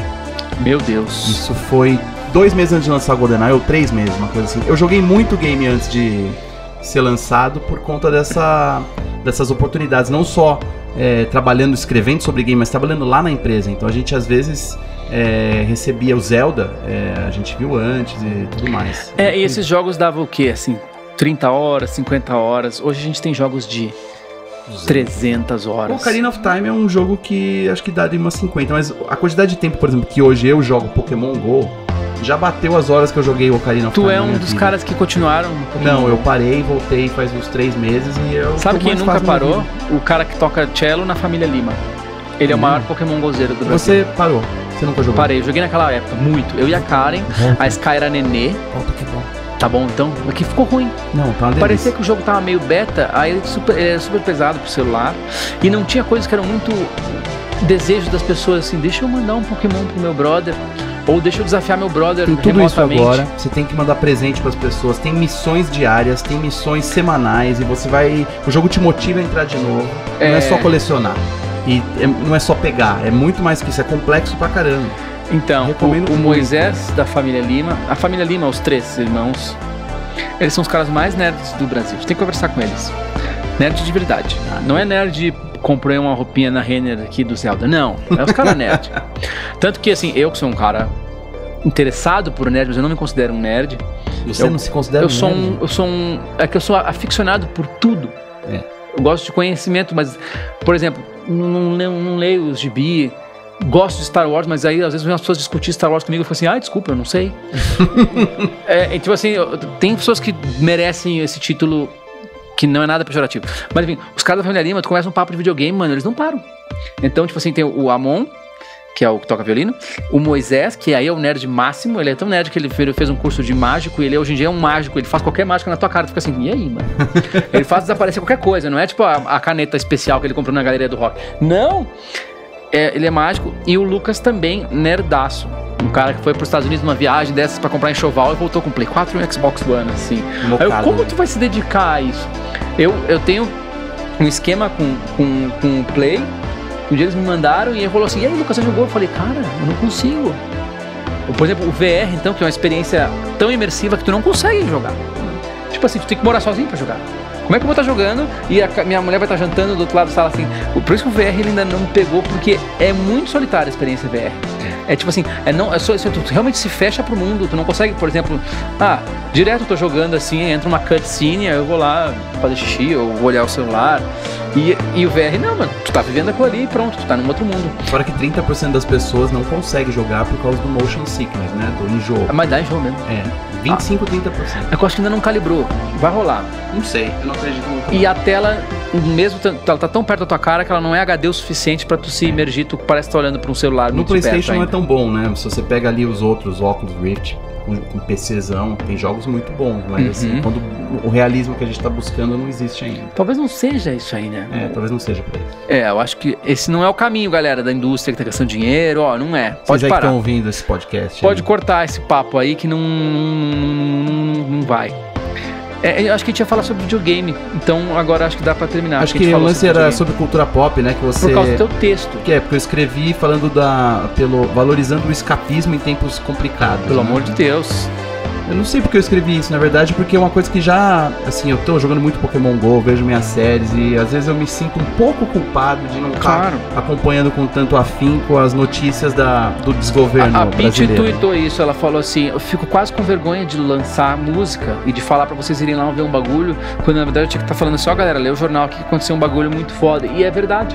Mas assim, se você não alimentar sua alma, se você não pegar e compensar, você só vive aquilo, e tá muito difícil. E essa noção que se tem de que o mundo nunca esteve tão ruim, ela é meio falaciosa.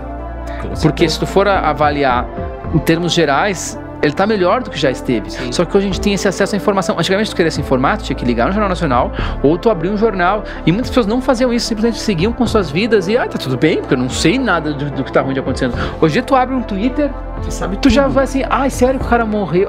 Sério que não sei quem foi? Olha esse thread aqui sobre essa maracutaia. A percepção da desgraça diária, ela não é real, porque ela já existia, né? Ela não é nova. Tu sabia no máximo as desgraças da tua família, da tua cidade, da tua comunidade e alguma coisa grande o suficiente para ir pro Jornal Nacional. Hoje em dia tu descobre a pequena tragédia que aconteceu lá e um abaixo-assinado, o lance dos cachorros. Olha aqui que tô fazendo com esses cachorros, assim, olha lá no supermercado, lá mataram a criança. A rede social é um buraco sem fundo. Se você entra de cabeça naquilo lá, se você entra nas discussões, se você quer entrar no problema, você nunca mais sai. Por isso que assim, eu promovo essa filosofia se você quer fazer uma coisa que te deixa distante do que tá acontecendo por 1 hora, 2 que seja, você tem direito. Pra mim é videogame. Então, videogame. E música também. Pra você então, basicamente, eu sou um alienado. Nem um pouco, mas estamos aí lutando, estamos xingando no Twitter, estamos fazendo alguma coisa, estamos convencendo pessoas. Cada pessoa da sua família que você conversa, você tá ajudando. Eu tô fazendo uma campanha na internet, uma campanha publicitária mesmo, um job.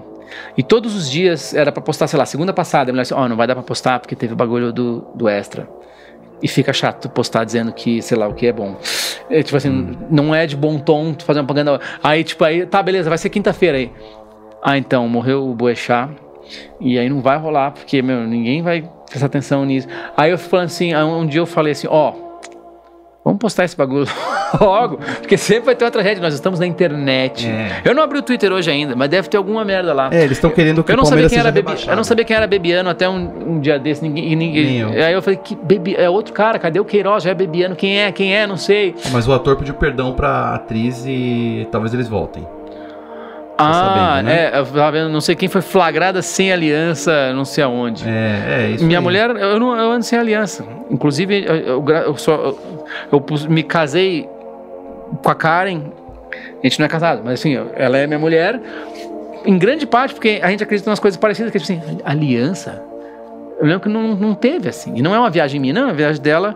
Porque, tipo assim, pra vários casais isso é um bagulho isso é muito importante. Tipo assim, um amigo meu, eu perdi minha aliança, fudeu. Tipo assim, cara, tu perdeu? A gente perde tantas coisas, entendeu? Já perdi, sei lá, celular, carteira, não sei o que. Tu perde a aliança também, tu tira o bagulho. É o medo de ter que se explicar, né? Por que você tirou a aliança? Aí entra, tipo, cultura pop. Cara, a gente tem que ir embora, tem 1h20 já. Tá uma delícia esse papo, hein? Pode ir longe. Eu não consigo ser o Joe Rogan. Não, mas é isso aí. Tu ouve podcasts? Eu escuto alguns, sim. Tô tentando ouvir uns brasileiros. Eu consumo muito do Joe Rogan, porque ele já entrevistou todas as pessoas. Tem 1000 podcasts dele. Aí eu vou olhando assim, é muito comediante, bagulho que eu não conheço, eu vou embora, mas aí tu vê, tipo assim, ouve a entrevista do Billy Corgan no Joe Rogan. É 3 horas dele falando com o Billy Corgan. E fala coisas que nunca falou em entrevista nenhuma. Sim, tipo que o Billy Corgan é presidente da Associação Nacional de Wrestling. Ele pira em luta livre.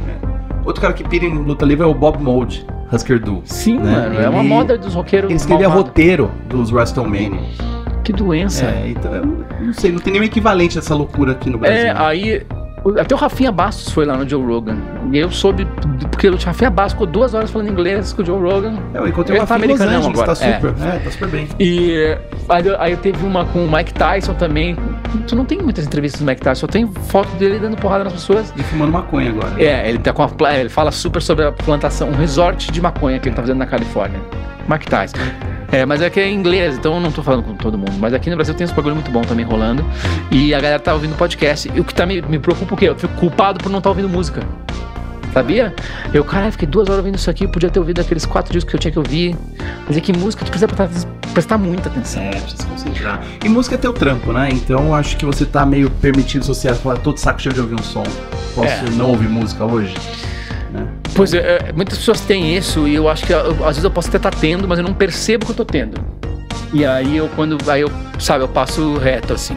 Mas eu devo ter, às vezes eu acho que simplesmente eu só não tô gostando daquilo. Mas você confunde. Eu tenho a mesma coisa com game, a mesma coisa com seriado e cinema. Eu trabalho com isso. Às vezes você não quer essas coisas. Eu tenho que ver os filmes do Oscar. Não acabei. É mais uma obrigação do que um tesão por ver o filme. Então a gente também tem que se dar um tempo. Meu conselho aí pros ouvintes de Lucas Silveira: relaxem. Tá? Relaxa, galera. Não se pressionem tanto. Consumam o que vocês querem, não o que as pessoas estão falando. Não se obriguem a nada. E se você tá afim de passar o dia inteiro vendo seriado, o problema é teu e de mais ninguém. E com essa mensagem positivista, terminamos aqui um episódio. Então, só dá aí um serviço do que você está fazendo e um tchau pro povo aí. Vamos lá, gente. Eu tô no adorocinema.com.br. Tem uma coluna todo fim de semana, chama Admirável Mundo Pop, onde eu discuto essas coisas legais do pop. Eu ainda continuo aparecendo no IGN Brasil. Em breve vou ter um programa no Adoro Cinema falando de cultura pop. Eu lancei um livro aí recentemente chamado 52 Mitos Pop, porque eu adoro a palavra pop. Entendeu?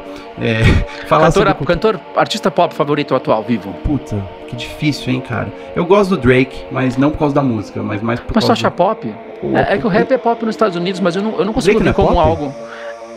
Ele é bombado, mas assim, ele não se comunica comigo num nível pop, porque é muita letra, né, o rap, assim. Pois é, mas acho que não é por causa da música, na verdade é a figura dele. Pra mim, o Post Malone, ele é pop pra falar assim, esse cara é pop. Porque o Post Malone chamam ele de rapper, não sei porquê, mas ele é um cantor. Assim como o Drake chamam ele de rapper, eu também não considero mais. Mas né? É o que é. Mas, por exemplo, Kendrick Lamar ser pop, vai ouvir de novo. Difícil. Parece que eu tô vendo um disco de uma banda de post-rock, doom metal. Não, é o peso de ouvir um Pet Sounds do Beach Boys em 1975, né? Quando o negócio foi complicado. lançado. Não é fácil, né? Dá pra engolir. E é isso aí, eu tô no IGN Brasil também, falando de games, e eu tenho esse livro 52 Mitos Pop, que eu falo das mentiras e lendas urbanas no mundo do entretenimento, recomendo também. E tô no Twitter, @Pablo Miyazawa, e tô sempre conversando com o Lucas. Mano, a gente tá sempre falando, ele vai em todas as festas que eu faço. É isso aí. É nóis! Falou, galerinha. Um abraço. Valeu.